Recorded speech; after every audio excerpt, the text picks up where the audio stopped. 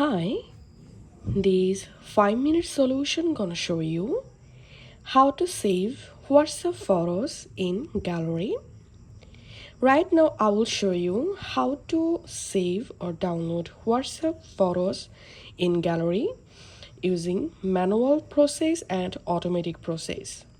First of all, let's see how to download photos manually. First of all, go to a chat or WhatsApp conversation and now search for the photo that you want to save.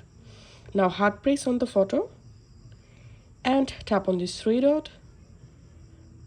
Sorry, you have to open the photo. So open the photo by tapping the photo. Once the photo opened, just tap on this three dot and tap on save.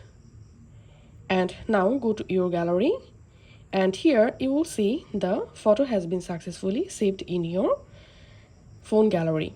So this was the manual process, and now if you want to download photos automatically for a specific chat, all you have to need, go to the chat or WhatsApp conversation and tap on the chat name, and here tap on media visibility.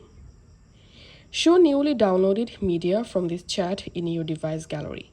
So if you want to download all media files like photos and videos in your gallery automatically, all you have to need, select yes and tap on OK.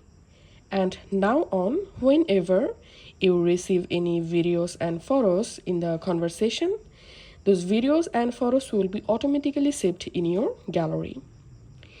And now if you want to download photos and videos automatically for all contacts on your WhatsApp, all you have to need, from your WhatsApp homepage, tap on this three dot and just tap on settings. And now tap on storage and data. And here you will see this section, media auto download. So tap on when using mobile data and make sure to select your photos and videos. Tap on when connected to Wi-Fi. Also here make sure to select photos and videos.